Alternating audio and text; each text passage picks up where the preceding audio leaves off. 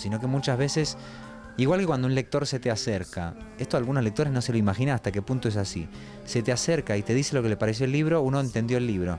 O sea, muchas veces el autor ignora completamente los posibles sentidos del libro, porque el lector a veces con exceso de respeto se te acerca para ver si adivinó lo que vos quisiste decir, como si fuese un acertijo y el autor tuviera la respuesta. Pero lejos de eso, las atribuciones y las libertades del lector son tantas más de las aparentes que muchas veces uno no sabe qué demonios quiso decir o cree que quiso decir una cosa hasta que viene alguien, lo relee y dice, a mí me pareció tal cosa. Y uno comprende que la versión del lector es mucho más interesante que la que uno cree. O dicho de otro modo, un libro es más inteligente que su autor porque tiene como aliado al lector. Uno cuando escribe un libro no tiene al lector trabajando para él, pero el libro sí. Entonces, el libro siempre es más complejo de lo que piensa el autor. Y bueno, del mismo modo, cuando pasa a otro lenguaje, cuando un texto pasa a la escena, se filma, o por ejemplo otra cosa muy interesante para releer un texto, que es traducirlo, uno empieza a recibir preguntas acerca del texto que uno nunca se había hecho. El adaptador o traductor empieza a sospechar de todo, y yo creo que esto es algo que tiene una enorme importancia política también. Cuando alguien tiene que sospechar de cada palabra que está leyendo, ¿no? Cuando dice, ¿qué quiere decir esto exactamente? ¿No? Y se vuelve un lector no ya solamente atento, sino receloso, incómodo, ¿no? Entonces te hace una especie de interrogatorio sobre tu texto que a veces uno no es capaz de contestar. Hay preguntas que uno no se había hecho. Con lo cual, cada vez que el texto, digamos, sufre un cambio de género o un cambio de lengua, de pronto recibe una atención que yo siento que lo enriquece, ¿no? Como si el libro fuese un arcón y cada persona que interviene en ese libro fuera llenando de contenido. Y no otra cosa, siglos después, es un clásico. Un clásico es un libro que ha sido manoseado por tanta gente que en lugar de manipulado ha terminado siendo reescrito, es decir, que ha querido decir muchas cosas en muchos momentos diferentes. Y es por eso que leer es un ejercicio de libertad, ¿no? Así es, cada libro vive diferente en cada lector y eso es lo rico de los libros.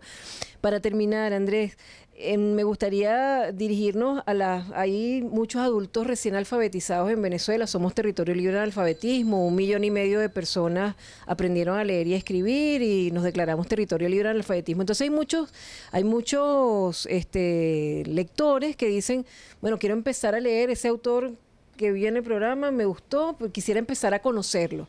¿Qué dices? ¿Que exploren libremente por tus libros o que empiecen por alguno en particular? Claro. Y lo más honesto siempre es la contradicción, ¿no? Entonces yo me voy a contradecir, si me lo permites, porque por un lado me veo tentado a decirte que no, que quién soy yo como autor y parte interesada a decir lean esto mío, lean lo otro, me produce un bochorno impresionante. No solo porque es mi obra, sino porque, como te digo, a veces un autor es el peor comentarista o recomendador de su propia obra. Pero por otro lado, tengo la sensación de que algunos de mis libros son más fáciles de leer que otros, y entonces de pronto piensa, bueno, por ahí alguien que está empezando a leer, por ahí puede probar uno más breve o más sencillo, y si le gustó, agarrar el camino de los más largos o más complicados. No porque uno escriba para ser más o menos complicado, pero hay libros que te salen más sencillos de leer y otros que no, ¿no? Entonces por ahí, Hablar solos me parece que es un libro que en términos lingüísticos no tiene una gran dificultad, sino que si sus dificultades son, yo qué sé, emocionales, éticas. Tiene que hilar las historias uno mismo. Exacto. Pero ponele, está hablando un niño de 10 años, está hablando una madre de familia, un padre de familia, o sea que de entrada el argumento es como muy cercano. Entonces, por ahí como novela yo empezaría quizás con Hablar solos, o con otra que a mí me resulta muy linda por razones extraliterarias, que es La historia de mi familia. Es una novela que se llama Una vez Argentina, y que cuenta la construcción nacional y política de Argentina durante el siglo XX a través de la historia de mis ancestros, muchos de los cuales yo no conocí, porque yo, como tantísimos argentinos, vengo, como dicen que descendemos de los barcos, tengo familia bielorrusa, ucraniana, española, italiana, francesa, pero esto en Buenos Aires no es nada extraño, y bueno, en muchos lugares de Latinoamérica tampoco.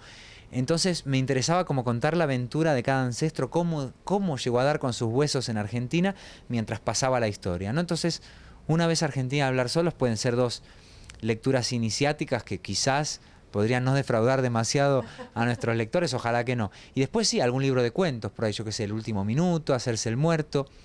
Esos son títulos que quizás podrían ser para empezar.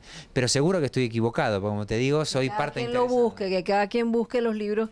A nosotros no. Método, si me permitís, perdón por la interrupción. Hay un método, ya que estamos en una librería, no puedo dejar de insistir en esto. El método para mí infalible es que un lector agarre y haga así. O sea, si no hay amor a primera vista o a segunda, porque por ahí para leer a veces hay que dar... Pero si no hay amor ni a primera, ni a segunda, ni a tercera, por mucho que te recomienden ese libro, disculpe usted, este no es para mí, ¿no? Entonces, en realidad, el método infalible sería que agarran a alguno de estos que dije y lo confrontaran, ¿no? Y a ver si alguno de pronto te dice algo. Porque esto a veces es así, ¿no? Entre el lector y el libro hay a veces un flechazo, o al contrario, una antipatía inmediata y no hay nadie que pueda intervenir en eso, ¿no?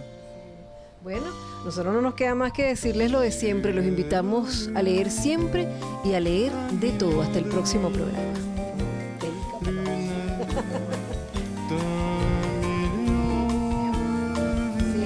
¿qué va a ser? No, no, no. Gracias.